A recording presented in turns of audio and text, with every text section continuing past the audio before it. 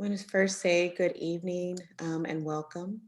My name is Dr. Wendy Williams. I'm the Dean here at the School of Education at Mills College, and I'm very glad to have you join us for our programming this evening.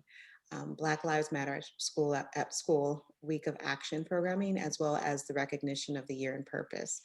I urge you all to go ahead and Google and Black Lives Matter at School and look into some of the programming and also the principles and call to action that are around this work. It's a national, international effort and movement. And so we definitely want to make sure that many more people have an opportunity to learn more and get more specifically involved, as well as glad you're here attending our program this evening. To open our meeting, we will engage a virtual acknowledgement of the lands and labor on which our work is made possible. So if you are not already familiar, please take the time now to look up the first peoples who inhabited the land on which you currently reside and where you engage your labor. The lives and practices of Indigenous peoples were sacrificed to advance settler colonial capitalism. It required both land and labor to manifest wealth for propertied white men and by proximity their families. Access to the land required the erasure of Indigenous peoples through traumatic violence, resulting in plunder, pillage, and murder. It was their removal and continued containment in this country that makes access to our homes and our workplaces possible. We are complicit and we owe. My colleague Cliff Lee will be sharing in the chat an opportunity to pay into the Sangriate Land Trust, which is an urban Indigenous women-led group that facilitates the return of Indigenous lands back to Indigenous peoples or the rematriation of the lands back to the original inhabitants. I speak to you today from Ohlone land, otherwise known as the Bay Area in Northern California. The Ohlone people did not cede this land. Their sovereignty was not recognized. In the chat, I ask that each of you write the names of the first peoples on whose land you currently sit and work. The settler colonial capitalist project would not be complete without access to stolen labor. Violently trafficked to engage backbreaking, soul-murdering work, including rape and kidnapping of babies and children to perpetuate growth and trade. Enslaved Africans, of whom I'm a descendant, built the infrastructure of this country, and their exploited labor and abuse is intricately tied to notions of wealth building some of our families continue to live on. Their lives did not matter. Tonight, we invite you to join us for a conversation. It is a conversation that we have been having in the School of Education at Mills College for the past 18 months. It is a conversation that as colleagues we have been having in our separate realms and networks for years. In some ways, I believe it is what brings us together as a community of educators, scholars, and friends now. When we say Black Lives Matter in schools, we are working from a deep knowing that they have not. We know, as our foremothers of the Combahee River Collective have suggested for Black women, the same is true for Black children, Black staff, Black teachers, and Black leaders. They said, if Black women were free, it would mean that everyone else would have to be free, since our freedom would necessitate the destruction of all the systems of oppression. We know that anti-Blackness racism is a deep-seated and pervasive disease that affects Black children and those who love them, work for them, and befriend them. It allows a nine-year-old girl's innocence to be slammed into the backseat of a car and pepper sprayed. It permits an officer to throw a child to the concrete, knocking her unconscious, and then placing handcuffs on her limp body in Liberty, Florida. Black life is precarious. Black life is beautiful. And Black life is joy, defiant. Tonight, we have invited a group of esteemed educators and leaders, our colleagues whose work centers the mental health and wellness of Black children as learners. In conversation with my colleague, Dr. Cliff Lee, they will explore their personal experiences of lifting up the potentiality for liberation, justice, and joy to create educational and mind spaces that support our children's development and, most importantly, protects their hearts. Let me introduce you to my dear colleague, Dr. Cliff Lee. Cliff is a faculty member and colleague in the Mills College School of Education. As Associate Professor of Education and Director of the Teaching Credential Program, Educators for Liberation, Justice, and Joy, he has collaborated with his colleagues to reimagine the preparation and support teachers and schools need now. Cliff is a prolific community-engaged scholar, practitioner, founding teacher of Life Academy in the Oakland Unified School District, and scholar in residence at YR Media, also in Oakland, California. Cliff threads a passion for creating opportunities for young people with exploring critical literacies, computational thinking, and youth culture as forms of advocacy and engagement. A teacher at heart, I look forward to the ways he will engage a vibrant conversation amongst us all and with our panelists this evening, inviting everyone to learn just a little bit more. Cliff? Thank you, Dr. Williams, for that beautiful framing, and welcome everybody. I really appreciate everybody for making the time to be here today. I just want to give a big shout out to our panelists for making the time to join us this evening. I'm really looking forward to our conversation together. So without further ado, I'm going to start with a intro to our panelists. Our first panelist is Rayvon Jones. Rayvon Jones is a government teacher at Envision Academy of Arts and Technology in Oakland, California. She earned her BA in Sociology and Spanish from Notre Dame and her MA in Stanford. Hey, we share that in common. She has a passion about education as a tool for self-discovery and liberation. Rayvon has invested a lot of time into creating and maintaining spaces for Black folks, especially Black women and girls, while acting in solidarity with other marginalized communities. Currently, she's the faculty advisor of Envision Academy's Black Student Union. She sees the teaching of government as an opportunity to expose students to stories that are often overlooked, with the hope that this knowledge motivates students to be agents for revolution. Beyond that, as a Black educator, she hopes to empower her students to live as their fullest selves. All right, thank you, Rayvon. All right, next up, we have Dr. Nadia Lopez. Dr. Nadia Lopez, an illustrious career. I'm gonna try to just highlight a couple of the main things that she's done. She's a founding principal of Mott Hall Bridges Academy, which is a school in New York City and in Brownsville, to be specific. In that school, she gained widespread fame for her school's focus on positive learning environment, high expectations, growing success rate, right in the middle of one of the most underserved communities in America. She has earned numerous awards and recognitions, including being invited and appearing on the Ellen Show, visiting President Barack Obama at the White House, receiving the Medal of Distinction from Barnard College, as well as the Change Agent Award at Black Girls Rock Show, hosted by BET Networks, and a finalist for the Global Teacher Prize, as well as a speaker in the TED Talk. Nadia's passion, belief in children, and strong conviction has been unwavering in her belief that her community needs strong leadership. She continues to impact the lives of children through her She Is Me and I Matter initiatives, which have served thousands of youth throughout Central Brooklyn, providing workshops, forums, and mentoring. Dr. Lopez continues to influence and inspire the world through her company, The Lopez Effect, which offers a blueprint for professional, personal, and organizational success.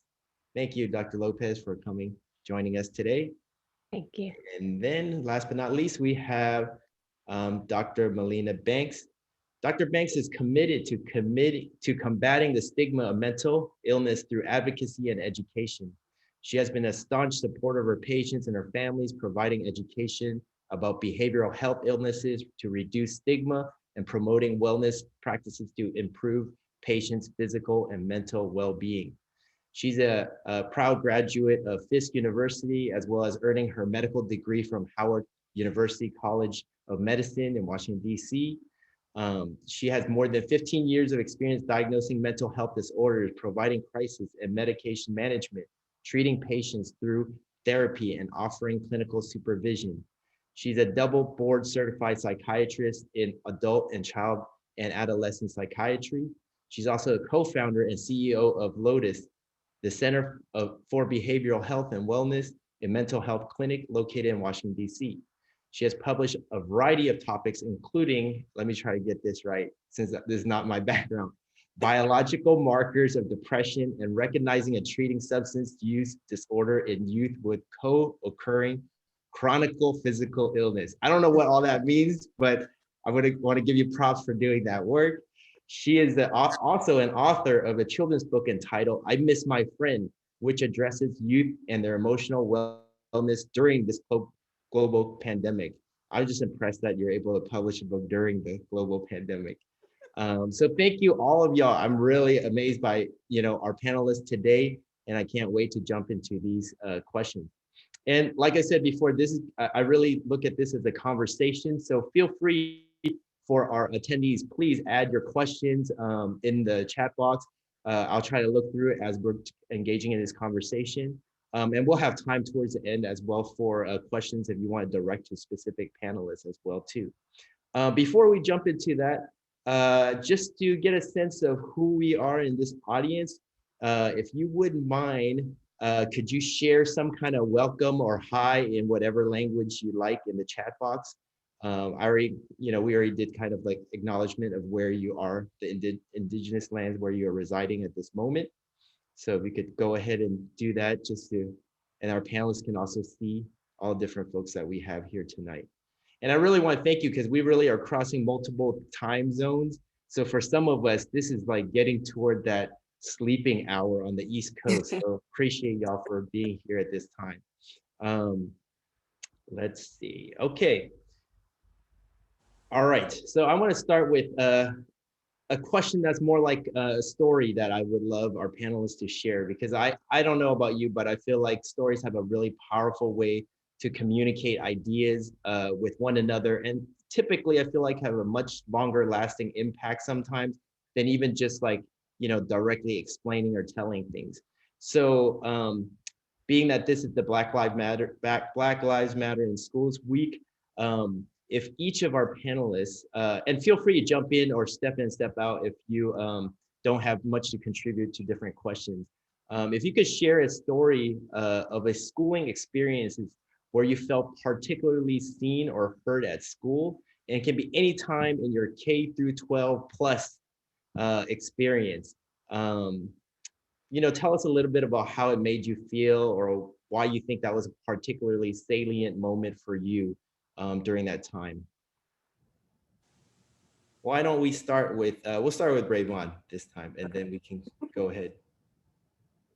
All right, I'll definitely start. Thank you for having me. I'm super grateful for this space and grateful to be here and in such great company. So thank you. The first thing that came to mind for me were the teachers I had who saw something in me and really invested in me. So I think, for example, I took Spanish my freshman year of high school. And I remember my teacher, it was funny, my Spanish teacher's name was Miss French. And I remember her saying like, oh, you should keep learning Spanish. And just her telling me that, like I went on to take AP Spanish and a major in Spanish in college. And I would have never thought that that was a possibility if she wouldn't have told me that. So that was the first thing that came to mind. And I think also I was on the cheerleading team in high school, which surprises a lot of people who know me well now. But one of the things I loved about that team was the space to grow. That's something I did for 4 years. Also the space to experiment with being a leader and just being around young women like myself who like really believed in and encouraged each other. So yeah, that's when I felt seen in school. Thank you, Rayvon, really appreciate it. Why don't we go with Dr. Lopez next? You know what, I thought about even before kindergarten, I went to an Afrocentric early childhood school at the age of 2. It wasn't like a preschool play. No, it was uniform. There was assignments. They were very strict, but it was so centered in learning Black history. And that was really important for my mother and father, simply because they're not from this country. My mother's from Guatemala, my dad's from Honduras. And so my father felt it was important that I knew what the struggle was and the history of being Black in America, because they didn't have a context of sharing that with me. And so the school that I was in was called Al Karim. and it was created by Sister Aura, whose son eventually became the senator of New York, assemblyman of New York State, because when he was in school, the teachers did not see him. And she felt that there needed to be an established space where Black children could be creative, that there was no limitations in who they could be. But there was also this sense of when you know who you are, you know how to show up in the world. And so, you know, for me, it was like, it was a misnomer for that we had to celebrate Kwanzaa. Like that was part of school, and we had to learn who the leaders were. And so when I became a mom, my daughter went to the same similar school. And when I became a leader, it was important to me that our children were surrounded by Black leadership, Black teachers, Black history every day, not on a specific month, not because it's a special event, but just because we are profoundly great in this world and we have to see ourselves and our children as such. Wow, Dr. Lopez, I'm sure your parents were so forward thinking and planning all of your lives out in preparation for the reality that is America, right? Mm-hmm. Yeah. And then Dr. Banks, could you share a story with us? Sure. So I think the thing that comes to mind for me is two separate stories. One, when I was younger, where I remember we had some sort of, it was a play. Had to be like in first grade. And we had to do this chorus where you sing. Y'all, I cannot sing. I can barely put some strings together, a harmony. In my mind, I am really singing, but in real life, it doesn't sound great. So I remember sort of slinking in the back of the class and not really wanting to sort of step forward and sing. And I remember my teacher, African-American woman, very intentionally pulled me from the back of where we were standing on the bleachers to stand in the front. She's like, no, and basically letting me know you have something to say, good, bad, or indifferent. You stand here, stick your chest out, sing your song. And from that, I mean, that's probably where I got the confidence from, because in my mind, I mean, I know it probably doesn't sound great, but I am able to belt out, to sing, to stick my chest out. I was excited to actually stand in the front, whereas before, so I was in the back, so that I didn't want to be seen. So I remember that very clearly. And then I remember in about 8th grade, I had a biology teacher. I had always taken, science. You have to take science classes, but I didn't remember really particularly caring for science. And I remember like the first month then, they have the parent teacher conferences, and the woman that I had, Mrs. Lee, for biology, she had was talking to my parents. My parents was like, well, good luck. She's not really interested in science. And Miss Lee said, don't you worry, by the end of the year, I'll have her interested. Miss Lee, was really engaged in STEM even before STEM was a thing, right? And wanting to really take me under her wing. She always made sure that she was asking me questions. I was leading experiments. So she was absolutely right. And she also really challenged me to think more and bigger and what else could you be doing? And so it's in honest, I do believe that's around the time where I decided that, I really I wanted to be a doctor. We were dissecting animals. Some of that became very interesting to me. And she was always sort of asking me and pressing me to, and pulling me forward to do these things. And even now, as you see, like, as I'm recalling the story, right, the smile on my face, because I just remember Mrs. Lee just being full of life. And I mean, she smelled like home. She smelled like an auntie. She looked like one of my aunties. She looked like me. And to this day, Miss Lee and I are still very close. She came to my graduation for college, my college graduation, and also my medical school graduation. I mean, she really did believe in me. And to have that sort of, when we talk about representation, to have that, I mean, it truly does matter. And somebody saying, yes, you can do it. And I am here to see you through that process. Thank you so much. Wow. I mean, this is even beyond, I mean, I wanted to start with these stories because when I'm teaching, pre-service and intern teachers, this is one of the first things that I do is really starting from our, reflections about our own schooling experience. I mean, even, just now, this is a testament to that, right? That y'all still remember, like Dr. Banks said, she remembers so vividly, incident happened, many decades ago. Same with me. And it really stays with you, right? Those positive interactions can last a lifetime. And in that same vein, I think some of y'all know where I might be going with this, is on that flip side, like, can you share some experience or story where you didn't feel that. You felt the opposite of that. You felt like you were invisibilized, that you weren't seen, you weren't heard, only if you're comfortable doing so. And part of the reason I wanted to highlight this is that, for many of the audience that we have today, whether they're educators or, in training, or administrators or parents or guardians, they may consider some of these stories that, you share right now, maybe in the context of their work, it might come up in those situations. I'm open to whoever that would like to jump in first. I can start again. Yeah.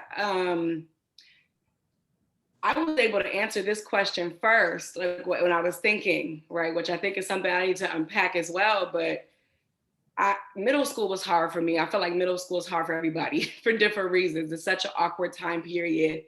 Middle school was hard for me because I was trying to figure out who I was and what I wanted, right? And as I thought about this, I thought about my entire 6th grade year of school. And I had a teacher that year, and I was kicked out of her class every single day, right? Almost every day. There were some days we were able to get along, but I was kicked out almost every single day. And it was never tied to me being able to do the work. It was always about me being defiant, right? Or me pushing back. And I think some people could look at it and say I had an issue with authority, but I didn't feel respected by her at the end of the day. That was our issue. Every time I showed up, I felt like she was greeting me with disrespect. And just me being the person I am, I'm like, okay, I'm giving you that right back. So I was kicked out of that class a lot, which, for many reasons made me feel invisibilized because I wasn't visible in that class much of the year. I was in ISS and I was kicked out of that environment. And another thing that comes to mind for me, I've shared this with people before, is in my high school, they would have like this wall of students who were like academically achieving, right? Like the highest achieving students. And I remember at the end of my freshman year walking by that and being like, wow, this is a lot of white kids. And my school was very diverse, but it was like the white kids were the ones being recognized. That kind of lit a fire in me. But like, as I think back on that as an educator, my school needed to find more ways to highlight the various students that were there. So those are the first 2 things that come to mind for me. Just a lot of being kicked out of school, suspended from school, sent out of class for behaviors that they considered to be disrespectful. Mm-hmm. Thank you for sharing that, Rayvon.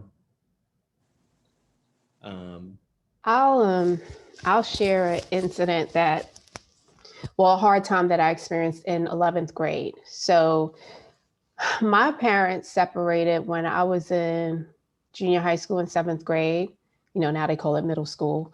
So I'm dating myself a little bit, but that's fine.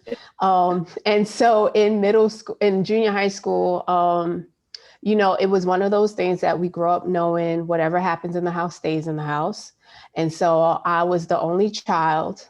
I held the secret of my dad no longer being in the household for a very long time.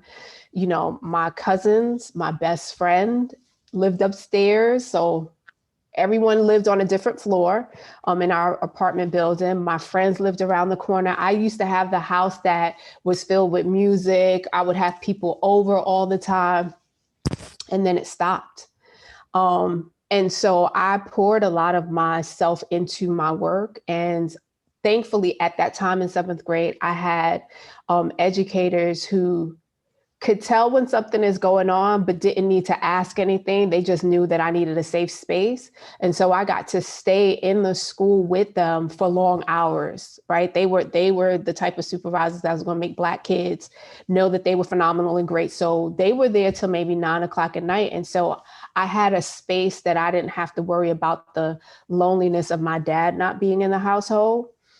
And so I just kind of functioned. School was kind of that thing that just helped me function without actually acknowledging my feelings or the abandonment of what that was like. But, you get into high school and it's adolescence and you start searching for the love that you feel like you're missing.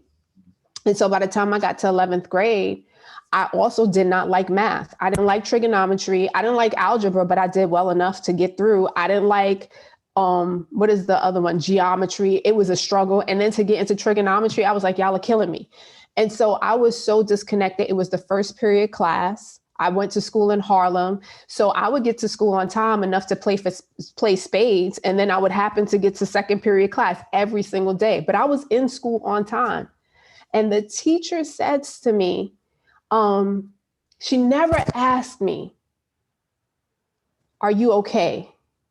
She never asked me, is the train not working that you can't seem to get here on time?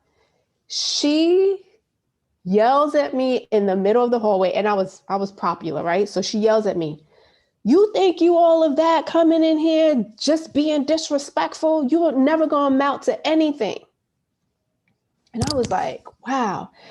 And she says, I'm gonna call your mother. I'm gonna let her know that you don't take this seriously. And so I remember going home because I knew this teacher was that person that would show up and call my mother. And she did. And I remember walking in on the conversation where my mom is like, okay, but that just doesn't sound like her, you know? And she says to my mother, it is a waste of time for you to even save for college because she's never going to make it. Mm. And I remember like being so angry because all I kept thinking is she never asked me if I was okay. Mm. She never asked me one time. And I was literally failing all of my classes. So she didn't even go to my guidance counselor and say, I have a concern with her, because then they should have pulled my transcript and they would have seen I literally was failing every single class. I went from an 89, 92 average to I had a 58 average or something like that. No one bothered to say anything. And honestly, it wasn't until Mr. Pearson, one of my teachers, said to me, you know, you're so smart when it comes to, you know, answering historical questions. Like you really seem to enjoy it, but you never turn in any of my work. And it's like you're purposely failing. He was like, come on, what's going on with you? It was the first time he was like, there's got to be something wrong. What's wrong? I started crying and I had to share with him all the things that I was holding on since I was in 7th grade. But that one teacher who she didn't allow me to feel seen. She didn't acknowledge my feelings. Had Mr. Pearson not stepped in, I don't think I would be in the role that I am right now. I wouldn't have made it this far because it was an easy time for me to get caught up in the streets because that was the early 90s. And the trajectory of my life would have been totally different. Wow, thank you so much for sharing that. I can still hear, you know, the feelings you have from that. Thank you. Dr. Banks?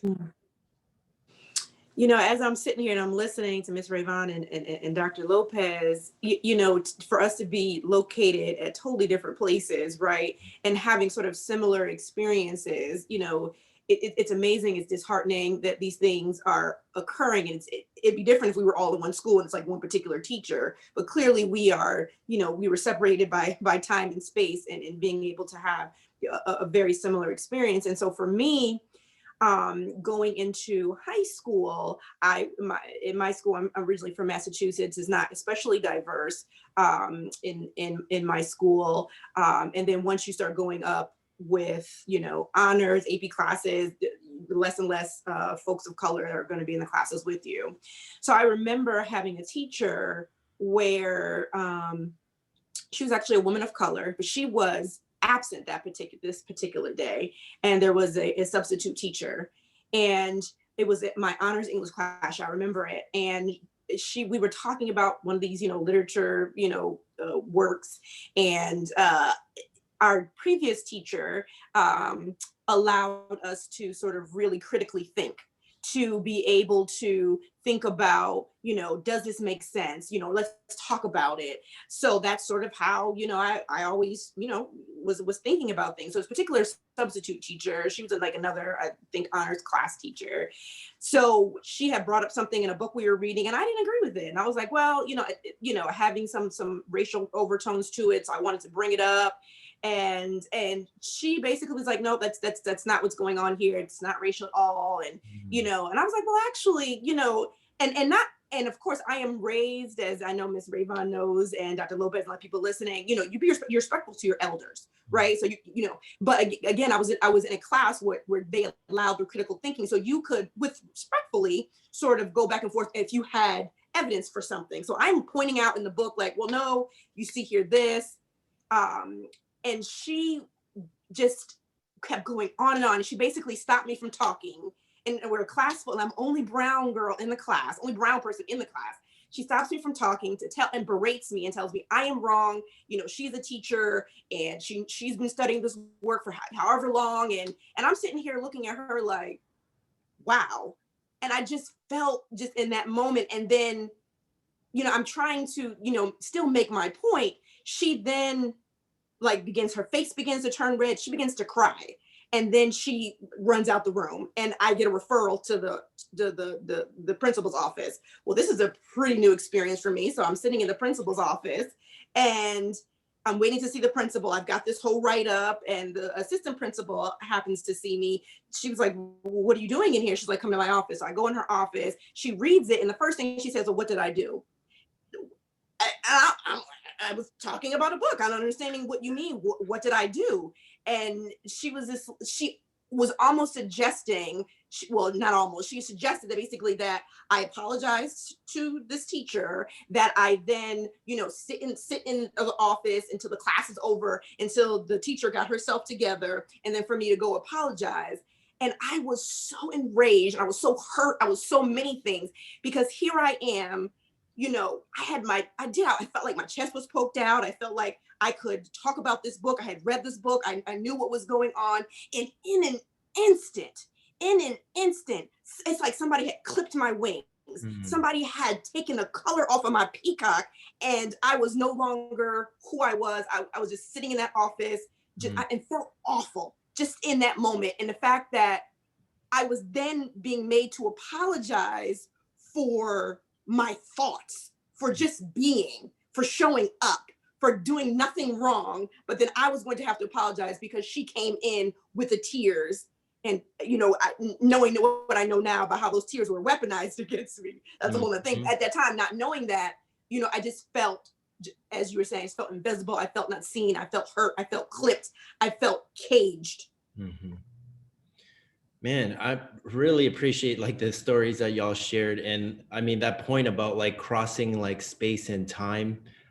I mean, you know, that's institutional racism, you know, I mean, no other way of stating it. I mean, that's the thing that I feel like for some folks who are just on that beginning train to understand some of these, I think prior to 2020, it would still be like, oh, that's an isolated incident. That's just and it goes into a whole gaslighting. Oh, something's wrong with you. And the other fact I want to point to is that the three of you at this point, I'm sure you've done a lot of reflections over these types of experiences over your lifetime, and you're highly accomplished and within the field of like psychology, learning, and education, that you've had time to really absorb and think about how these individual experiences shaped who you are today.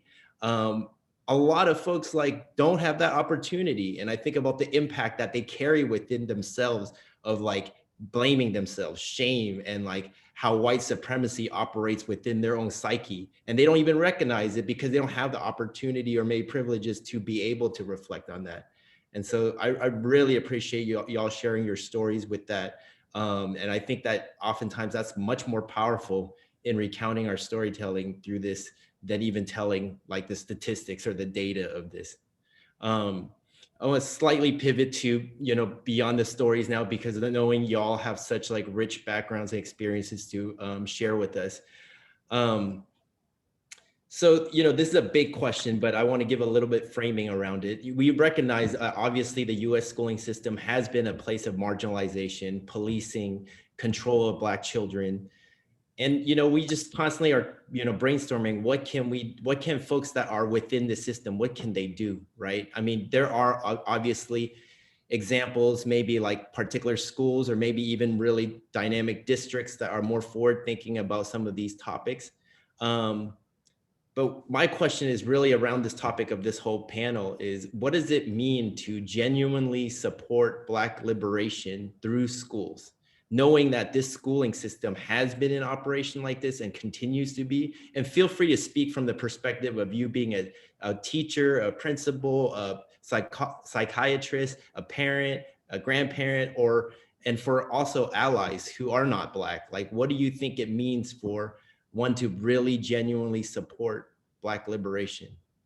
And I know it's a big question, so, and feel free to build on one another. Anybody want to jump in or want me to call on somebody? Or we just keep on going through the order of Ms. Rayvon? I can go first. And then I'll say one thing and then I'll jump in and out if that's okay. Yeah. I think for a lot of us, it really comes down to unlearning, right? Like I have gone through a process of unpacking and unlearning a lot of how I thought about respect and authority, because a lot of people teach how they've been taught, right? And I knew going into teaching, I didn't actually want to teach the way that I was taught. I wanted to do something differently. So I think a lot of us have to do the work to learn, like, how was I taught and what about that was oppressive? Because what we don't want to do is just continue cycles of oppression, right? So if I think about the way authority and respect worked in a lot of the classrooms I grew up in, it was like, the teacher is this person who knows everything. They're above you. You respect them regardless, no matter what. And you're a little student, right? When you get your degree, you can finally gain some respect. I don't believe in that. Like, that's against my politics. So as an educator, it's interesting what you said about like our experiences shaping us. Because I was in so many classrooms, especially at a really young age, where I felt disrespected, I go out of my way to show students an immense amount of respect. And I never walk into a space thinking that I deserve respect just because I went to whatever school, because I am whatever age. I work really hard to earn that respect and build community to earn that. So I think for a lot of us, it's unpacking like, what are the things that persisted in our education that were oppressive, and doing like the conscious work of constantly being like, how am I going to not reproduce that? Because we know that this hasn't been working, right? So I was able to make it out of that school and go to these colleges and do whatever else. But I know a lot of my homies, a lot of my friends didn't have that opportunity or that outlet, right? So what would it mean for all of us to be able to get to the same point? And I think, I know for me as an educator, I do a lot of learning, a lot of unpacking, a lot of reflection, being able to check myself and say, oh, I handled this situation with a student like this. Does that align with my values? And being really intentional about that reflection. So that's the first thing I would say is, for a lot of people, it's unlearning. I'm sitting here just trying to formulate and figure out what's the best way of answering the question. I think first I ground myself in the fact that education, it's my personal belief, is a form of liberation when done right. When done right, because it could be oppressive depending who's the person behind the education. So I want to say that. But, you know, I'm grateful for the education that I received, with the exception of the few folks along the way who tried to minimize me in the form of, you know, making me feel like I don't belong somewhere or not being good enough. But because of the foundation that was already laid, I was already clear and confident that I do deserve to be here. And if I have to fight my way through, I am. And so when I became an educator, I realized that there was such a disconnect from what I experienced as a child to what was actually happening in the school system when I stepped foot in there.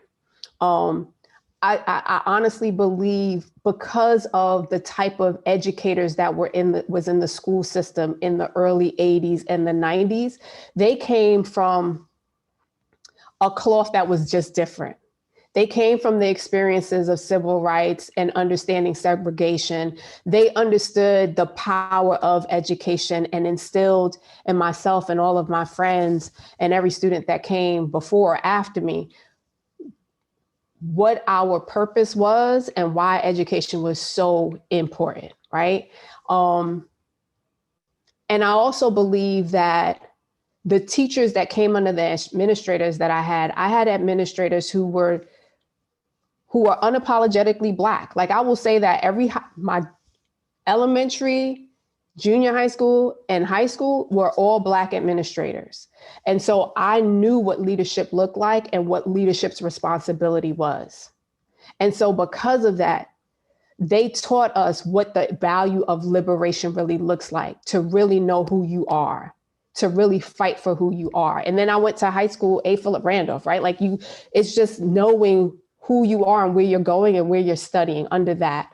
So when I think of the liberation of our children as they sit in classrooms today, I have to remember what's already been poured into me. I have to remember that there are a lot of young teachers who are coming into the profession now who don't have those experiences. They come through having been taught by teachers who don't have those experiences like I have, who didn't have strong Black educators, who have learned under the oppressive system so that when they go back into the school system, they're teaching the same way and they don't know anything different. I was taught like, you be the disruptor. I was taught that's not, the book says this, but that's not what we're going to study right now. Our ancestors said this, and that's what we need to remember. Now, for the test, answer it this way, but for you to live and navigate through this world, this is what you need to learn.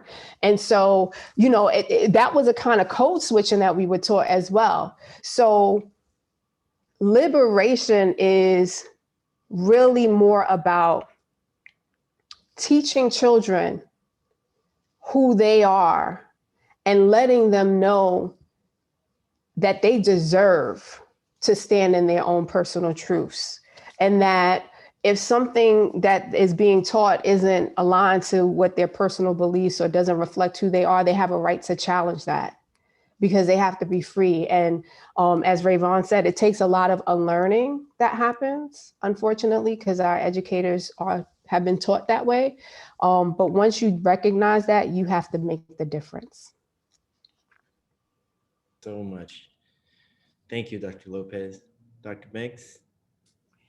You know, and I think for me, the liberation piece, and I'll go back to Dr. Lopez, something she had said earlier when she shared about her story, to me is going to be mental wellness, right? And when she spoke about that one teacher, just that one teacher, and let me just also frame it, just I work with children and adolescents and their families. So I spend a lot of time talking with teachers, and shout out to all the teachers that are listening. They are my allies, they are my eyes and ears, because teachers are with students 6 to 8 hours every single day, right? Whereas when I see them in my clinic, I'm with them for 45 minutes. There is no way that in 45 minutes I can tell what is going on with the child. So I have to rely on my teachers because they spend the inordinate amount of time, of course, parents as well, but we're speaking about teachers now. And so I'm not an educator in that way, right? And I respect the lane that I am, and I appreciate the you know what the teachers are doing. And in thinking about what Dr. Lopez said about that one teacher who just asked her one question, how are you doing? Mm-hmm. How are you doing? And what happened with Dr. Lopez? The tears. The teacher doesn't need to fix it. The teacher doesn't need to be a clinician. The teacher doesn't need to be having degrees in psychology, but just recognizing, seeing the child, that something is not right in this moment. I don't know what it is. I can't put my finger on it, but I know something is wrong. Let me just ask. Let me see her. Let me see him. Let me see them. What is going on? What's wrong? How can I be of assistance? And then letting, like Dr. Lopez was saying, that teacher just gave her a moment to be sad and it to be okay. And that is what, you know, when I talk with teachers, and there's like, sometimes they don't want to necessarily ask the question, because then what's behind that question that they may have to sort of deal with, that they may not have time. And I get it, teachers are under constraints, you know, they have lesson plans, they have this, but we got to see these kids, because we got to allow them that space to be able to be emotional, to be able to talk about things.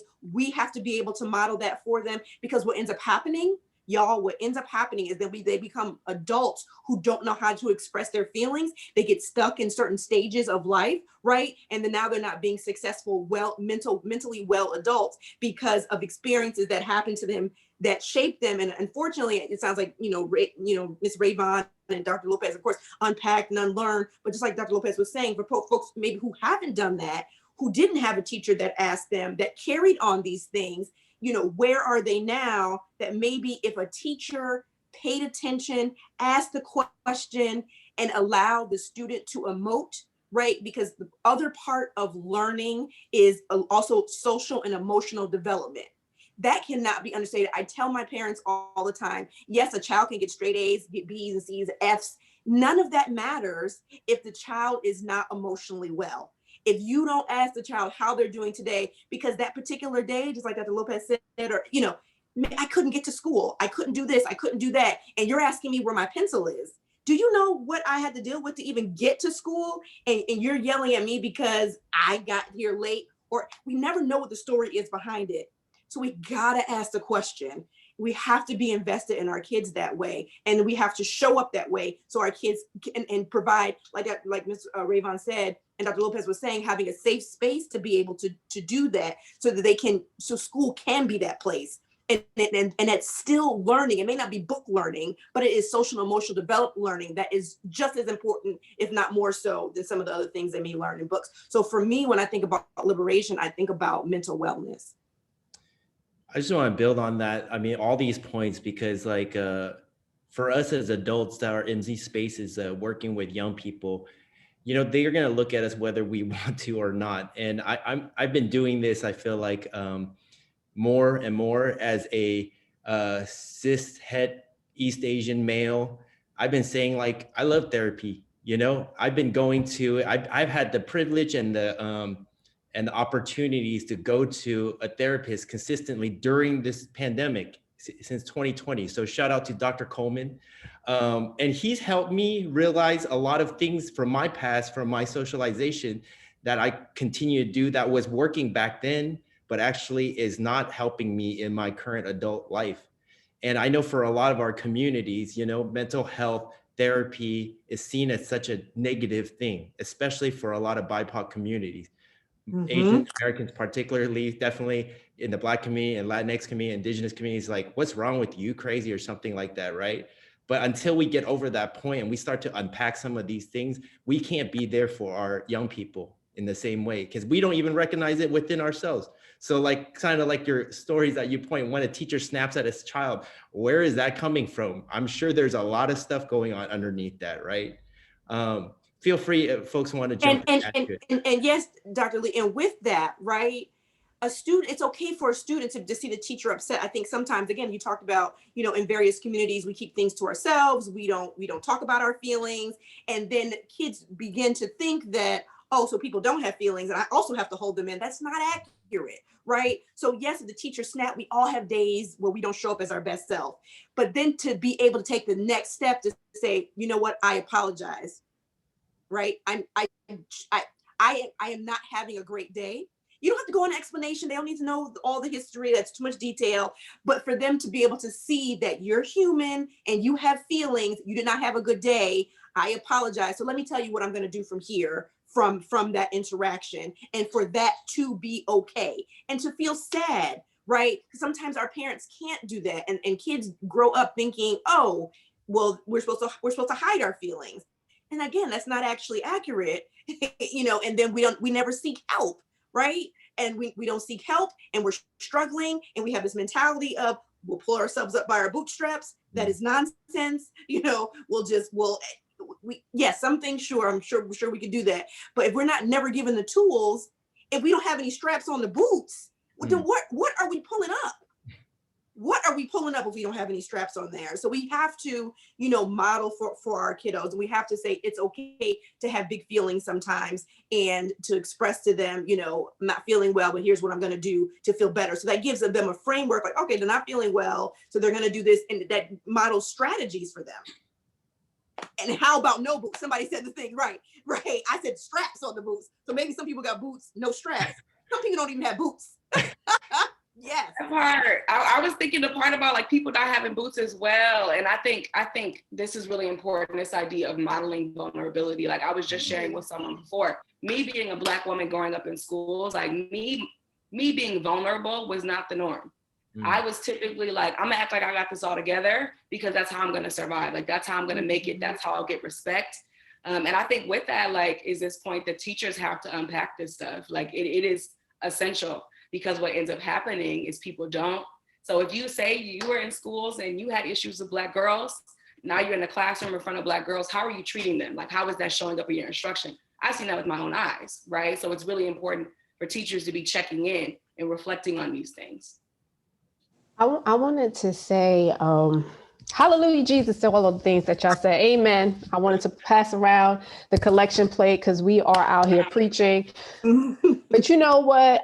First, as you all were talking and I started thinking, do folks even have a clear sense of what liberation is? Come on now. What is liberation and what does that feel like? And what is that experience supposed to look like? Not just for the children, but for the adults in the school as well, right? We are in the midst of COVID and there is a mental incarceration that is happening because the school system is so concerned about attendance. The school system is so concerned about, oh, we need to make sure these kids are being assessed. Assessed on what exactly, right? Because if we start saying the word liberation, and we know liberation is freedom, well, what does that look like for a child right now in this very moment? The freedom to share what they're experiencing without judgment or feeling shame. The freedom to maybe not have on the camera because of all the things that are happening in the background, right? The freedom to say, I don't know anything that's because I don't have the equipment, all those things. The freedom for the teacher to say, I don't have the mental capacity, I don't have it. Right? There's no form of liberation that's happening in our schools because there's a system that's hell bent on oppressing us and telling us we got to keep pushing through. We got to show up. We got to make these numbers happen. We have to, just for the point of them trying to say that they've done all things. And we know 5 years from now, 10 years from now, there is going to be so much carnage that's going to happen as a result of this very moment. Because for me, this feels like the crack era, right? We're losing a generation. And so when we talk about the mental health, when Dr. Banks spoke about that, you know, one of the things that I did for our school based off of my own experience, and Dr. Williams was one of my, she was essentially like what you would say a founding board member, right? I didn't have a charter school, but I created a team of individuals who I felt would have an investment not in just my success, but the success of a community like Brownsville, right? That's considered one of the poorest neighborhoods in New York City. Because there's going to be things that I'm focused on, but I need to look at it holistically because I wanted the liberation of children. I wanted to make sure that social emotionally, it wasn't just going to be on paper that we're making the kids feel good, but what is that experience really like? What does it mean for the teachers that's in the building? What does it mean for the school paraprofessionals, the secretary? Because everybody's part of the school community. And the first thing I thought about is the amount of trauma that sits in the place of poverty, the vicarious trauma that adults have to carry because this child came in with all of these things. And then the stuff I come in with all my personal baggage, right? How do I even show up my full self to give to this child who needs me, but doesn't even know how to express that they have needs? How do I do that? So I immediately, part of the proposal for the school was, what does the social emotional program look like? What does the school feel like? What will it sound like? What will it smell like, right? The painting on the wall, what does that even look like? So from the first time we opened up our doors, I had a mental health provider, not for the kids, because they were going to get their services, for the adults. So that they had someone to go to. Because as adults, especially in our community, we're not affirmed to go get the mental health services. And we'll find every excuse why we can't go, or we can't find someone who understands what we've been through, right? So I needed someone Black. I needed someone who knew the neighborhood, because who wants to go to therapy trying to explain to the therapist what does it mean to be Black? What does it mean to be Black in America? What does it mean to deal with poor children? I got to teach you how to give me therapy. No, I need you to be ready and help me unpack what I'm feeling. And so we implemented that. So now when COVID hits, first thing I'm concerned is children are at home, adults are at home. We've all lost our sense of liberation, right? We don't know where to go. We had to start providing mental health services for our staff online, create the safe space for our staff. Then you checking in with parents who are like, these kids, I can't hold it together. The parents themselves. And we know in our communities, our parents, they take on so much. And unfortunately, you lash out. You scream too much. You want to, grab up your child. And it's like, that's not healthy. We had to put in services in place for the parents to receive mental health.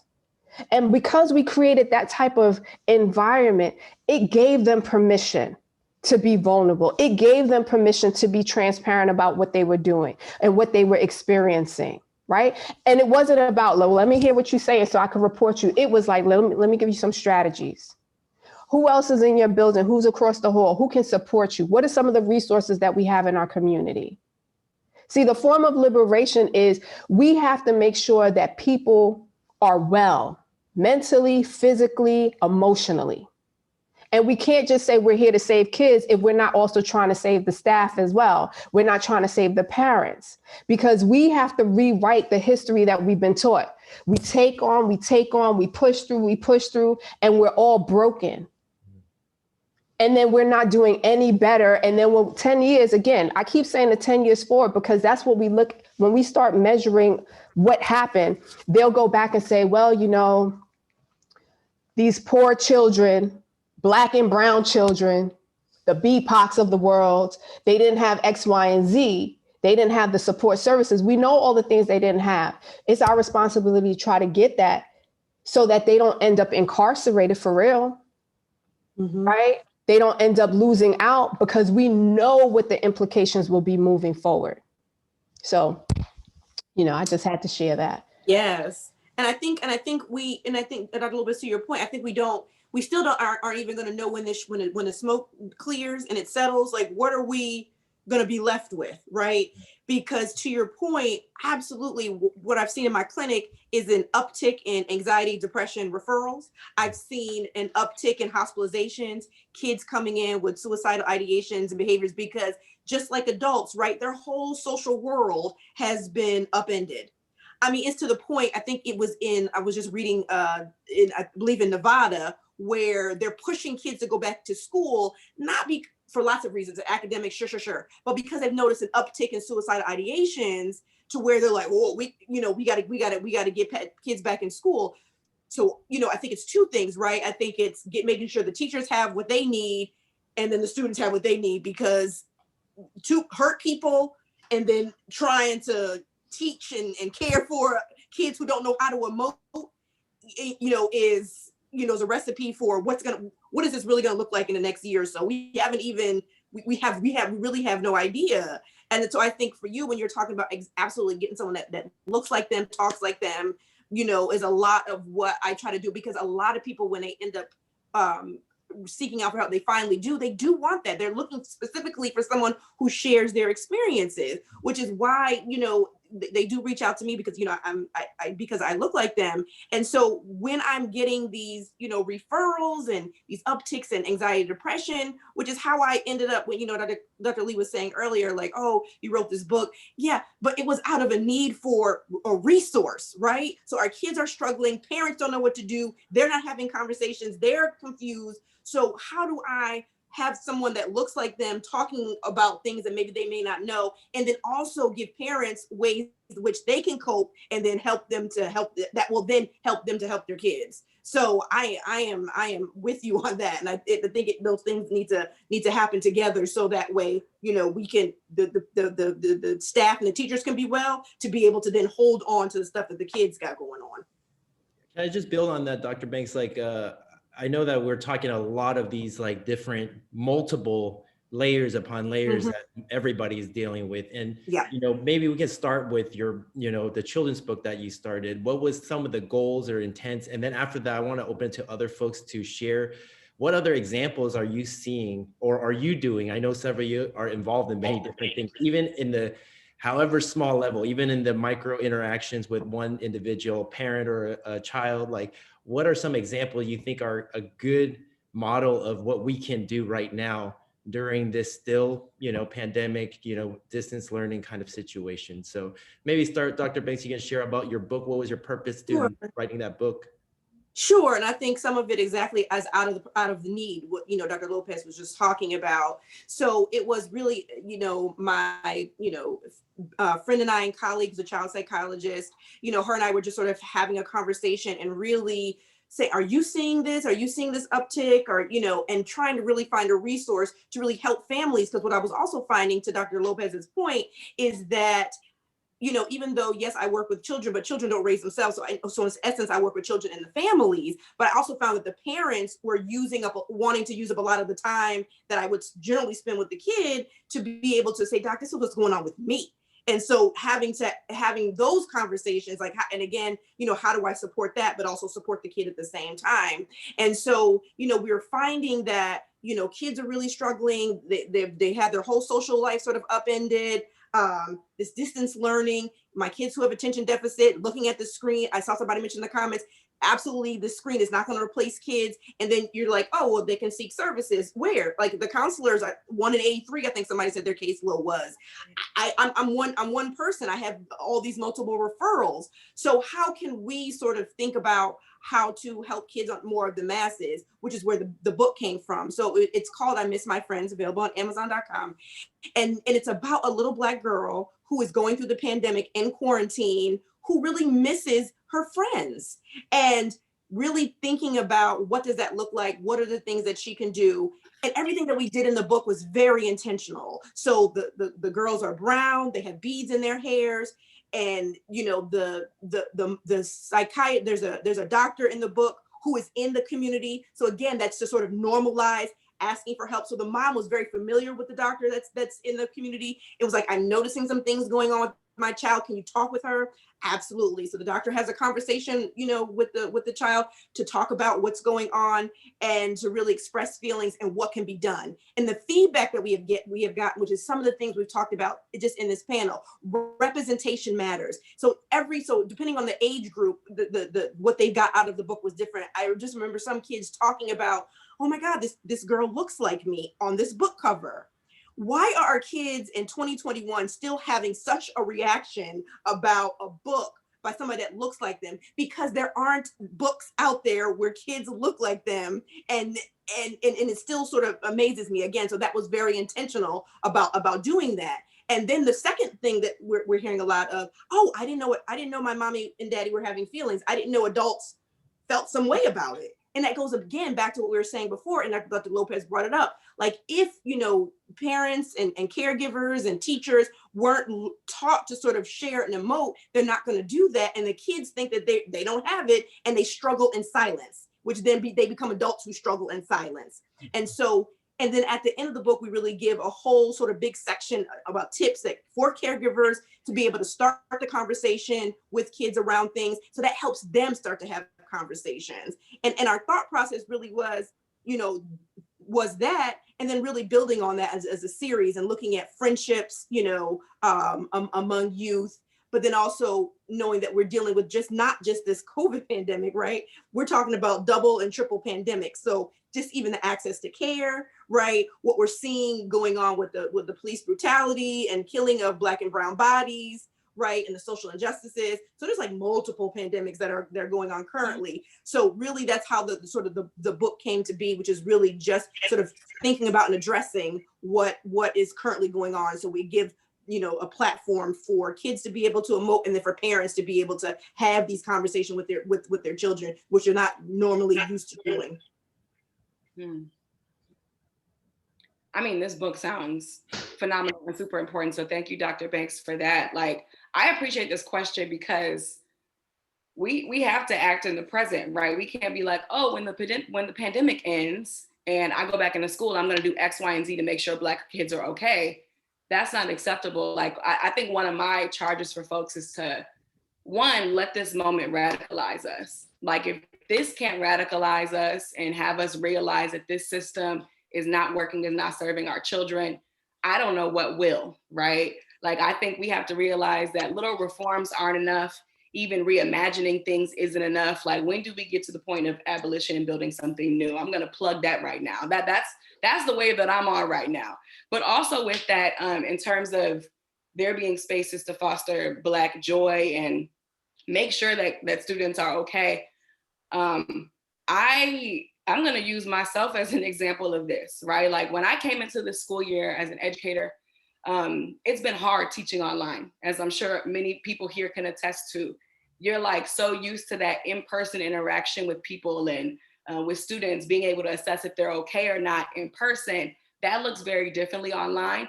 But like, what I want us to know is that building community is not impossible in this setting, and it has to continue to happen. And like, as educators, we have to make a commitment to making sure that that happens. So, you know, I'm thinking about myself and one of my colleagues last year, we started the BSU at our school, the Black Student Union. And that was a space that Black students asked for. They've been asking for years. And then last year, I really had the capacity to help them make that happen. And that was their space that they built from the ground up. So when the pandemic hit, things shifted, right? We'd actually raised almost $15,000 for a trip to DC. That was supposed to happen 2 weeks before we went in shelter in place, right? Mm-hmm. And, you know, all the disappointment and things like that. But that was something that they built from the ground up and really worked on. And when the pandemic hit, it was like everything kind of paused, right? It was like, oh man, we've been building this momentum. Now where do we go from here? So as I came into this school year, I had to do a lot of thinking about, like, I know that we need this space now more than ever. We really needed it before. We need it now more than ever because we can't actually see each other in person. And I knew how much students were going through. I knew how much I was going through. And what we really needed was like a community to heal, right? And Bell Hooks and All About Love emphasizes the fact that we don't heal in isolation. Like, healing is an act of communion. We do that with other people.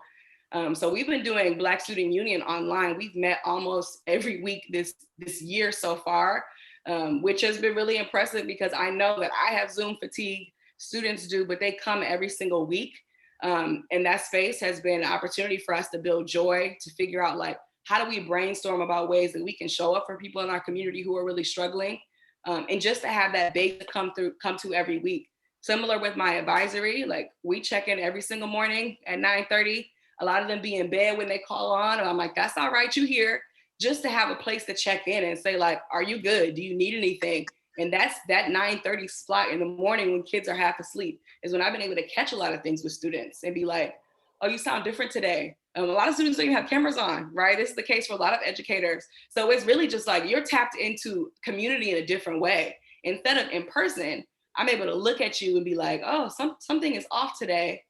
Now it's like what you're putting in the chat or not putting in the chat, how you respond to a certain check-in question. I think we have to be creative, but what I really want to communicate is just a sense of urgency, right? Like, we can't say when the pandemic ends. We don't know when that's going to be, right? So we have to make sure in the meantime, we're making these moves to make sure that Black kids have space and that they have access to these services, but also reminded that they're loved. Like, when I came into this school year, I wasn't sure what my curriculum, I knew I was gonna have to shift my curriculum.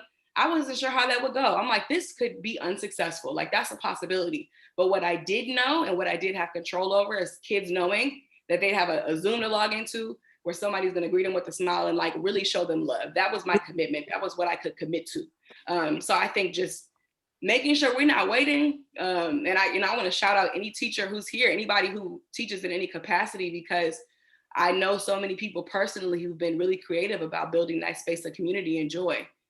So yeah. Ooh, yes, I'm sorry. I know.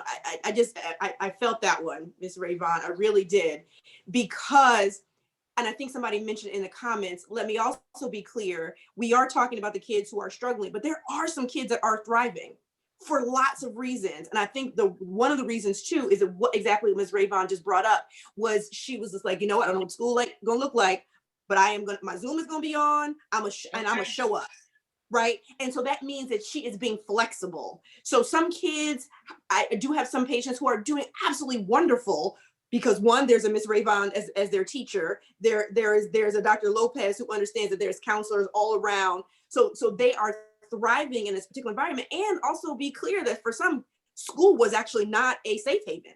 right? So there was all sort of, bullying and also other things going on in school that they no longer have to deal with. So actually, being in the space at home for some, that's not everybody, because some people, their home is not their safe haven, but there are some kids that are thriving. So I wanted to say that too, because we have just sort of been talking about sort of kids who are struggling, but I think it is because exactly of the things that Dr. Lopez brought up of being intentional about putting providers in there. And what, Ms. Rayvon was talking about was just, what, we're going to show up. We're not going to be so strict with the academia right now, because we just need to be okay, and we'll figure out everything else later. And so kids really have, a lot of my kids have really responded to that, and they appreciate that because it doesn't look like what it looked like before. So trying to do business as usual is not going to be effective.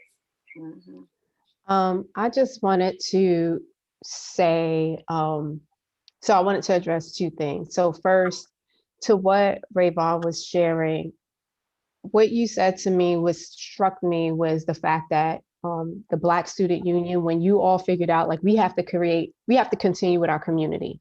We have to create that online. We have to show up for each other. We have to establish a space. And that in and of itself is important, because when you do that for yourselves, then it translates into the work that you have to do into the classroom, because there's a purpose, there's a reason why, and you listen differently. You're intentional on a whole different level. And prior to me coming on the call, which was, I was rushing and stuff like that, is because I meet with a group of women in education who are women of color. And it's a coaching program that I designed as a cohort model, because there are too many folks who are stressing themselves out, who are ready to quit, who are experiencing a lot of health issues, who feel super isolated, who feel like, I can't do this anymore. I feel like I'm failing. And because they're leaders, they don't have a space to be transparent. They just can't be vulnerable. Their staff is mad because of all the stuff, that there's compliance issues. There's just too much. So I wanted to create a space for them so that they can share their experiences. I wanted them to be able to build relationships with people that they wouldn't even know. I wanted them to be able to hear and understand that you are all going through the same thing, maybe in a different school system, maybe in a different state, but look at how much you have in common. I wanted them to understand that they could be each other's resource. And because of the work that we're doing now, they can show up differently in their schools. I also make sure that they're paying attention to their staff, because what we're doing in this group, you're supposed to create for your staff so your staff can create this for your kids. Because if you're not being the example, there's no way for you to actually expect them to be able to hear intentionally about what's happening with the children if you're not paying attention to your staff, if you're not being paid attention to yourself, which goes back to everyone needs to be seen. I also appreciated you talking about the reimagination, right? I'm tired of the word reimagination. We all know what school should look like. We don't need more imagination. We need to redefine. Let's get to the work. Let's do what needs to be done and get it popping, right? All of this reimagine and like, I'm tired. I don't want to hear nothing about it. You got money to make this happen. You're going to actually advocate, stand up. Let's do that. Because if we don't get this right, it becomes generational genocide through education, period. Right? And so I saw a question that I've been holding on. So there's all these other messages, but I went back and I saw Claytoya, I apologize. Claytoya had wrote a question. How do we break the system with strategies of Black joy and liberation against the backdrop of white supremacy culture, resource scarcity, the lack of critical consciousness? What are the free, accessible, and feasible options? And so I want to be 100% honest with you, Claytoya. From the time I became a teacher to the time I became a principal who opened up her own school, I'm going to say you can't focus on trying to break the system. The system will break you first. And I'm an example of that because I worked long and hard and it took a toll on my health, right? And so that's why I created this program for Black women, especially Black and Hispanic and women of indigenous backgrounds, because they will break us first before they take accountability for how they are willing to kill us in service of children. You have to start in the space that you're in. So if you are a teacher, how are you creating Black joy and liberation in your classroom? That's right. Right? If you are a principal, how are you creating Black joy and liberation in your school? Because the system is not designed to change what it's been doing for the longest of times, right? It's been created for centuries to keep us in our place. So you have to say, what am I going to do in the place that I'm at? So when I was a teacher, my classroom was my stage. What happened in that, within the confines of that room, was going to be an experience that the children loved and regarded, and would go home and the parents would come, parents who nobody has ever seen, be like, I just need to know who this Miss Lopez is, because damn, this child keeps coming to the house talking about you. And I was like, that's just me. And she's like, what are you doing in that classroom? I'm just having conversations with them. I'm just showing them what their possibilities are. I'm just actually making connections to the work that they're learning, to what they need to do for their future. I'm sharing my personal story. I'm letting them share their personal story. It's about the experience. Do you know joy can come out of just being heard? Mm-hmm. You know that, right? When you hear a child, when you say, how are you feeling today? And wait for the answer. When you say to them, I like that little bow in your hair, even if they on a Zoom call, even if they have the little groggy throat and they don't even want to show their face. Look at you sounding like a boy. Oh, you got bass today? What's happening? What's going on in that call? What? Are you trying to grow up on me? They start laughing at, you trying to play around. You know, it's the little things. We have to redefine what our classrooms look like and start saying, we're not going to follow the status quo, because the school system is built on mediocrity. I don't know if y'all understand that. It's built on mediocrity. It was never intended for greatness to come out of it, right? So those of us who survive through it, those of us who shine from it, is because someone saw us, someone poured into us, and they made their space a place for us to thrive. And so we have to take accountability for that, because in the midst of COVID, they could have shut this whole thing down. We could have had the school system looking differently.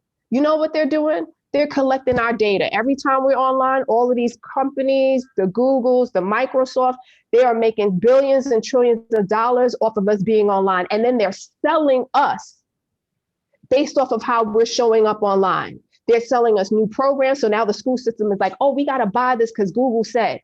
What are you talking about? Google never asked you what you needed from your classroom. They never asked you what your children needed. That's not going to be connected to any social emotional learning, but they will use that part of an evaluation. So all I'm saying is we have to define the spaces we're in.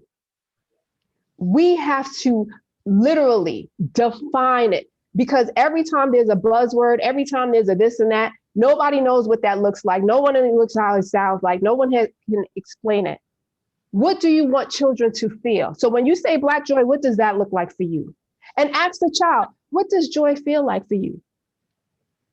What will make you happy? What makes you just feel like good inside? Because then sometimes you have to explain to them joy, because you know how many children have never experienced joy either? Right. They don't have that So language. we got to start with them. We got to start with asking the questions, defining those questions, and then we create the experience.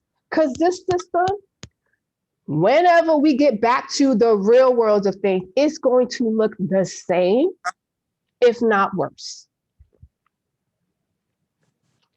And I think if I could add just like one more thing onto that, like what I consider to be essential, like when you're cultivating spaces of liberation, of joy, is to do that in community with other people. Because it can be isolating. Like if you over here doing this one thing, you're teaching this thing and other people are doing something different. And you can also get pushback. Like I know as an educator, I felt so much pressure, be it from administrators, be it from other teachers, from the system at large, to do things in a way that I didn't feel was liberatory. So I really, really implore people to like make sure you find your community, so you can make sure that you are reminded that you're not alone in doing the work, because it can be super isolating. Yes. I just want to add to a lot of what y'all said and kind of answer my own question a little bit. Like I think of some of y'all familiar with the Black Teacher Project, from a good friend of ours, Dr. Misha Mosley, that created this. And two of their, objectives that they focus on is around the social emotional support of Black teachers, going off of what Dr. Lopez said, what Rayvon have shared, Dr. Banks has shared, and also cultivating Black leadership. Because I feel like one is like the reality of what is happening currently, but also what can we see for ourselves that maybe we can't see right now for us, right? And so I kind of think about even Dr. Sean Ginwright's work on hope and healing in urban education. And, he kind of repositions that whole trauma-informed, work as healing-centered engagement. All of the things that y'all were talking about, what does it mean in your classroom to be in community with your students? What does it mean for, principals, administrators, other women of color that are in these positions? We've been doing this within our communities for generations, for centuries, that we rely on each other. We've gone through this shared trauma and experiences that can't even be, words can't even explain what it is. But through those experiences, we also come together and bring hope and bring healing together. And through that work that we can go beyond the boundaries and limitations of what we currently see. And I think that's what that part of the dreaming or, hopefulness is what I always rely on in getting out of the mess. I mean, I think back about 4 years ago when 45 first got into office, everybody's feeling down and I feel like, wow, this is the worst. But then I, turn to elders that have gone through the civil rights movement, that have gone through multiple, and they're like, we'll get through this too. They have that perspective. And I think the same way that we should, look to elders to ask, like, how can we move from this space as an opportunity to transform the things that have been normalized. So, in some ways it could be an opportunity. I know it can replicate itself over time. Continuing on those same questions, I do want to end. I mean, I know we've been talking a lot about Black joy, and I've been looking at some of these questions that have been popping up. If there are any questions that for the panelists that you see that really resonate with you, you'd like to address, feel free to jump in. Maybe we could take a minute, and for the attendees, please throw in any other questions. We want this to be a dialogue, so add any of your questions here. Because I couldn't go, I wanted to be respectful and go down. So I saw another question by Clay Toya around the role of Black leadership in this work. And what I'm gonna say, honestly, we have a responsibility because we understand the magnitude of what this moment means. So we definitely do have a responsibility, but one thing we don't really talk about is that how sometimes, whether you're an educator or you're a leader, you can also become a tool of white supremacy. And in many ways, the oppression that I have seen as an educator has not come directly from white people being in the building, but Black people, right? And they have been so focused on the acceptance. They have been so focused on moving up the ladder and the chain to have power and forget their purpose. They have been so focused on forgetting the people that they have been called to serve by their higher power, as opposed to the mighty dollar that can be taken away anyway, right? And so for me, my question is how do you sleep at night knowing that the legacy that you are, you're destroying for someone else? And so when it comes to Black leadership, there is a responsibility. I took it on knowing that the shoulders that I was standing on was Adelaide Sanford, who taught the people that taught the educators who were my principals. And when she walked into the room, the first thing she said with a smile was beloved. Because to know that you are loved, to call you something that I believe in you, meant a lot, right? She poured that all the time into anyone she spoke to. And she was very clear on teaching us that we have to love each other. We have to be in community, but we have to advocate. And we have to remember the village. And we have to remember who came before us. right? And so when you know, again, it goes back to knowing who you come from, knowing who has fought for you, knowing what you represent. Then when I became a principal, and even when I was a teacher, for me, my conviction was like, I'm willing to die to make the change, because I chose this profession because I wanted to make a true difference, not to be a savior. I didn't want this to be a continuation of our children literally going into prison. So when I say I opened a school to close a prison, I was very clear. I was going to be fighting a lot of people, even if it looked like the people who were supposed to be my brothers, sisters, because y'all know all skin folk and kin folk, right? And they will be willing to sell themselves short to stand on the necks of their very own.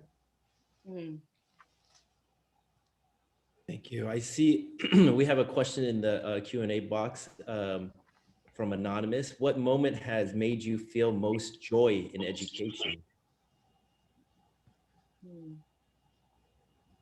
I had a recent experience I can speak on.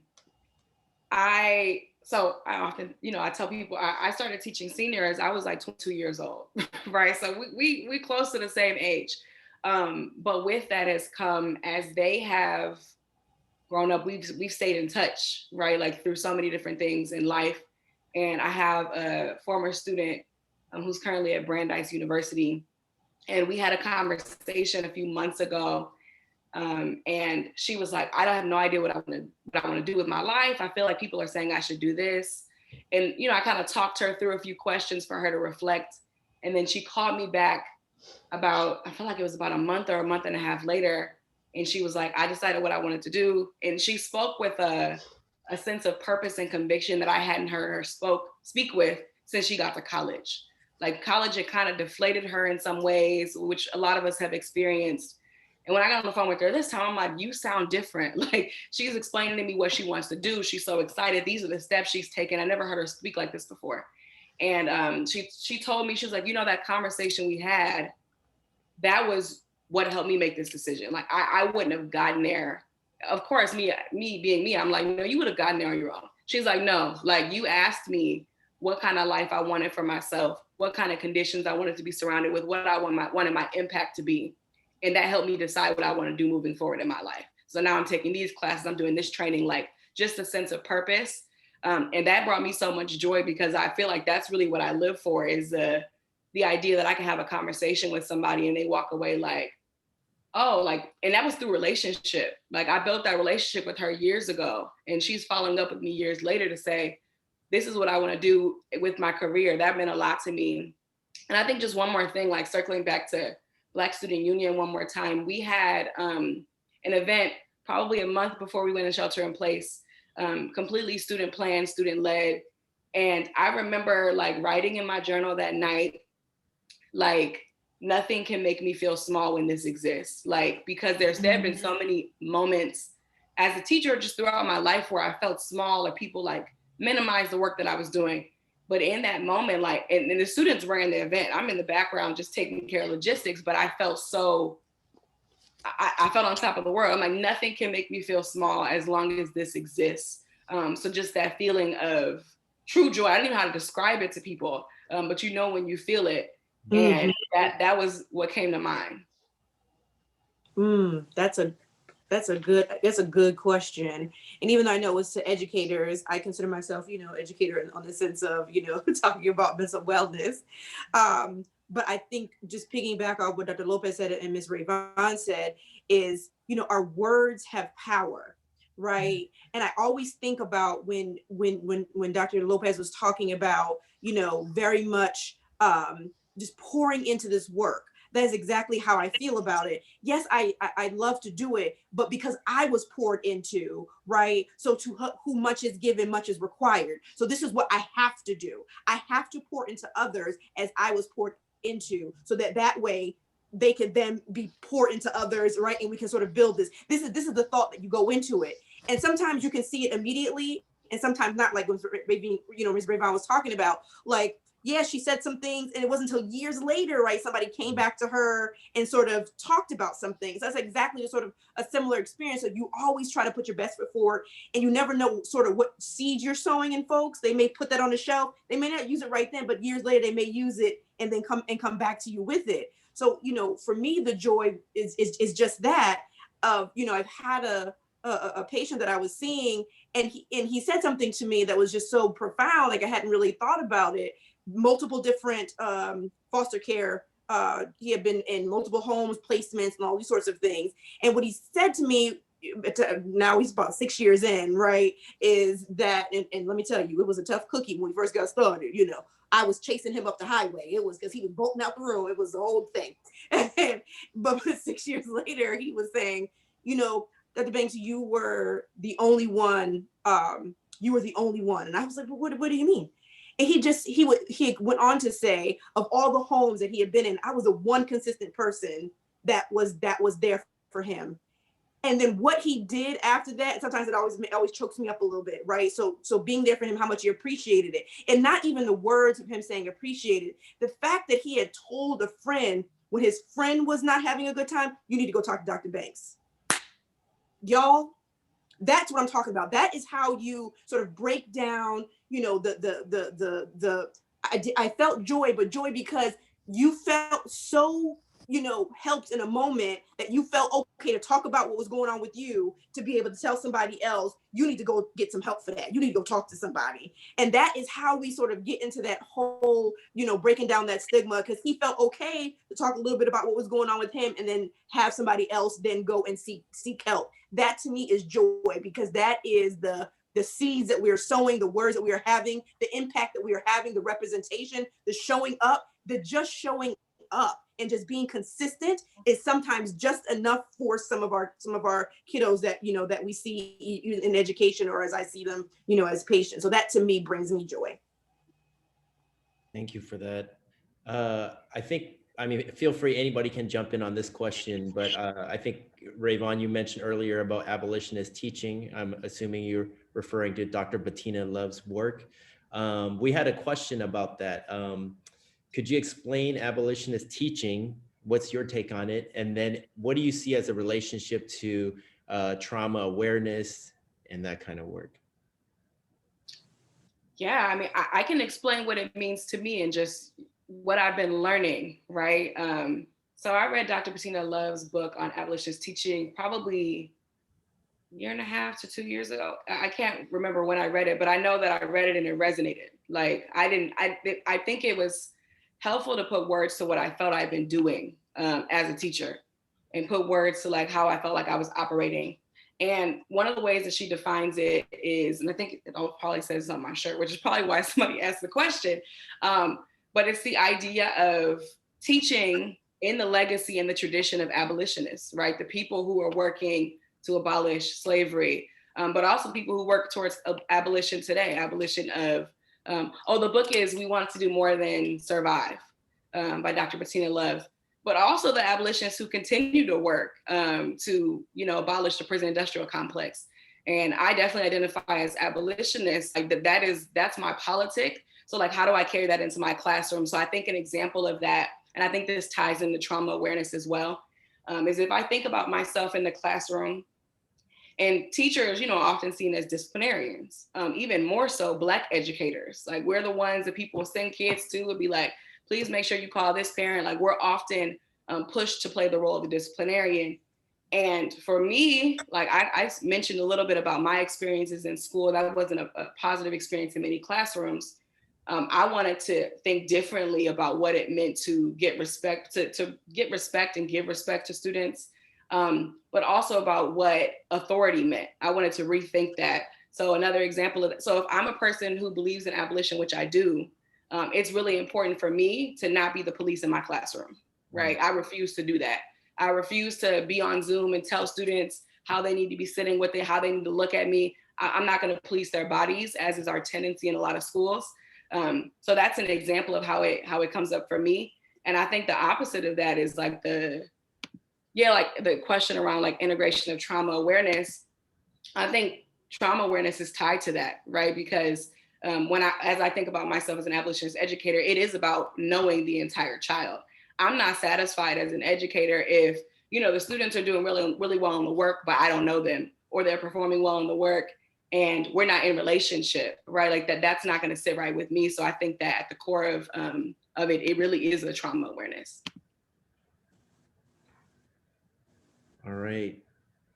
Let me see. I think we don't have too many more questions, and I know that it's getting late on the East Coast, but I do want to give y'all each a chance to share any concluding remarks. I mean, I think some of y'all saw my questions. I still have a ton more, but I'm sure y'all are tired and had a long day.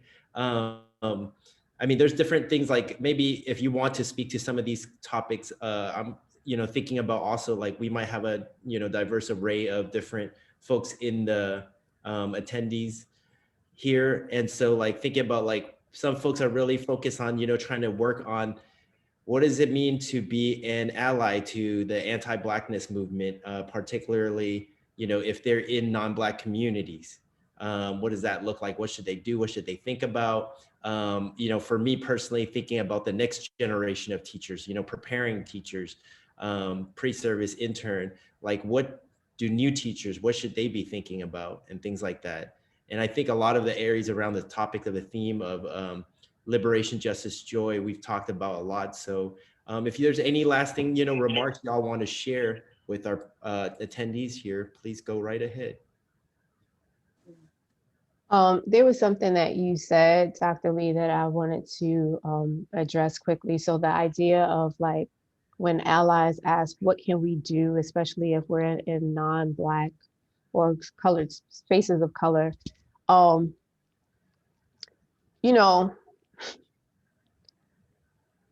you can't speak to my experience. And so I think that it's important that you recognize that,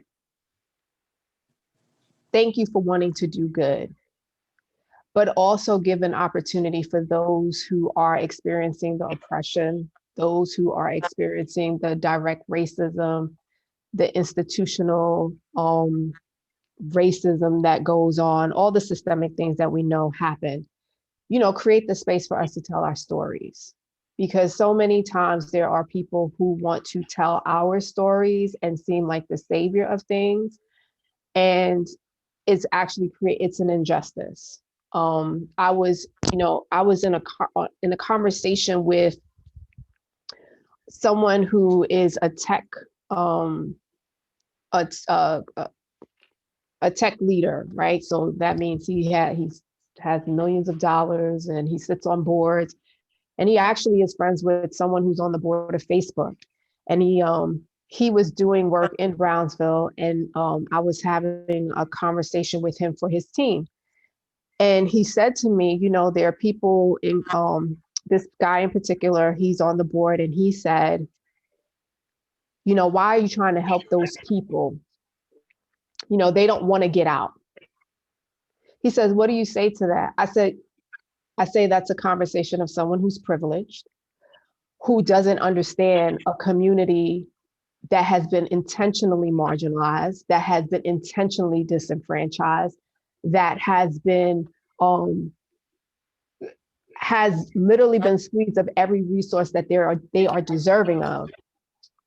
And because we don't have opportunities and we don't have access, the assumption is that we don't want more. No child wakes up saying, I don't want more. No child wakes up saying, I want to fail. No adult says that they want to fail children, right? I said, but when was the last time he ever went to a place like Brownsville?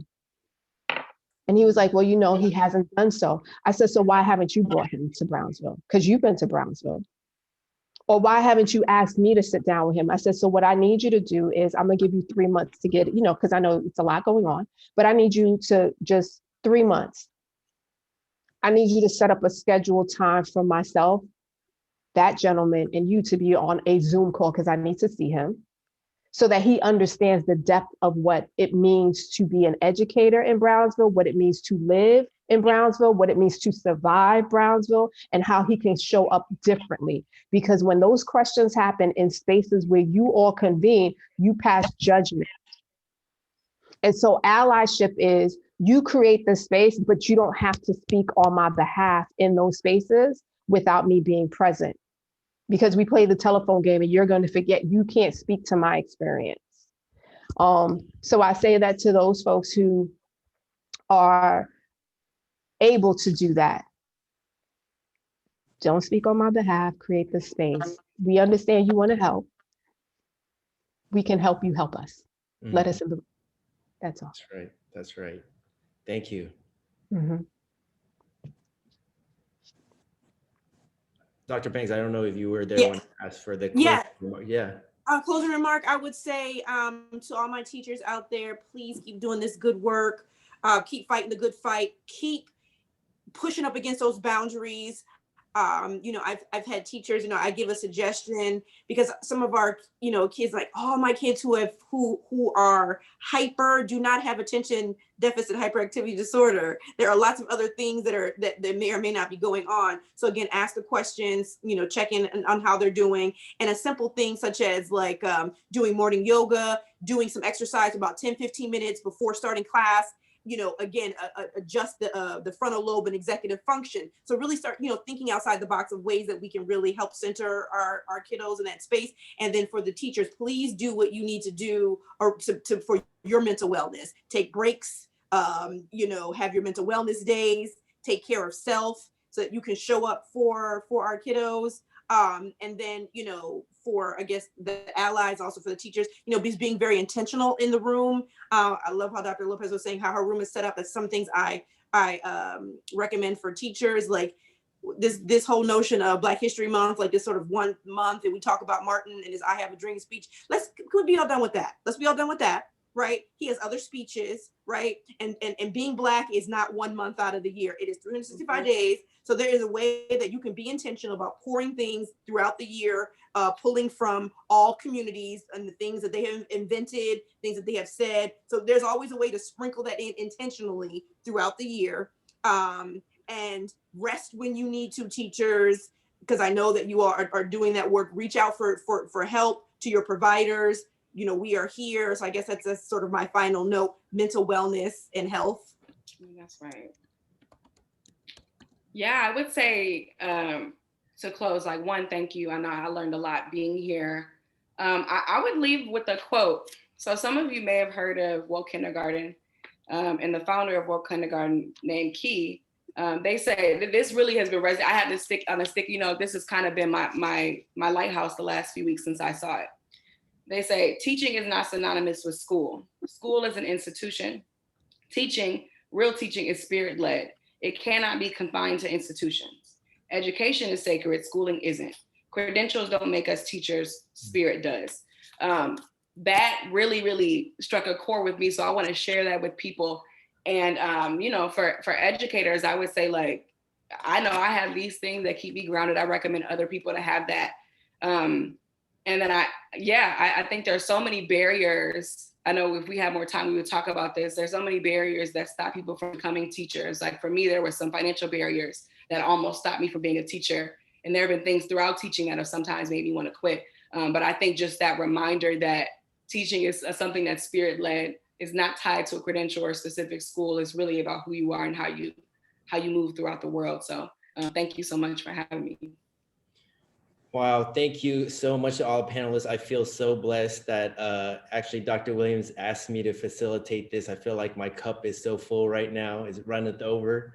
There's so many gems and like so much wisdom that was shared from all three of y'all. I really appreciate being here. And as you can see from the comments, I think so many of the attendees felt so inspired by all the things y'all said. And just to let you know, our program in Teacher Ed is called Educators for Liberation, Justice, and Joy. And so I wish we could have just like packed everything y'all shared in here and materialized into our Teacher Ed program, because that's truly how I feel about all the things that y'all mentioned. And we try to embody that in the work that we do. So I thank you again. And I want to pass a baton over to Dr. Williams to close us out.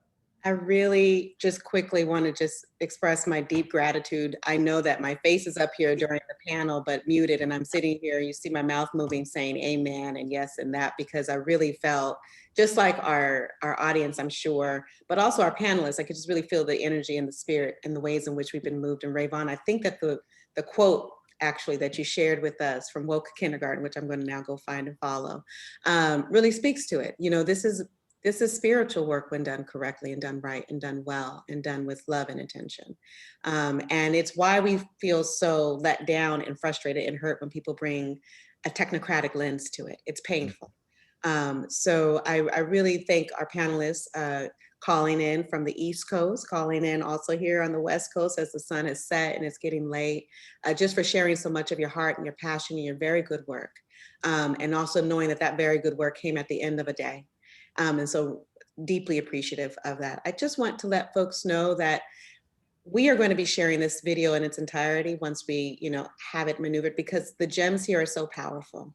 And it is the type of lesson, the type of teaching that our community needs, that our society needs, and needs to sort of hold in whole and in together. So that will be available very shortly. If you follow us on our social medias, then you'll be able to locate and find it. And we'll also make sure to share it within our community via our email list. So have a wonderful, blessed evening and be very, very well. Thank you so much. Good night. Good night. Good night. Thank you all.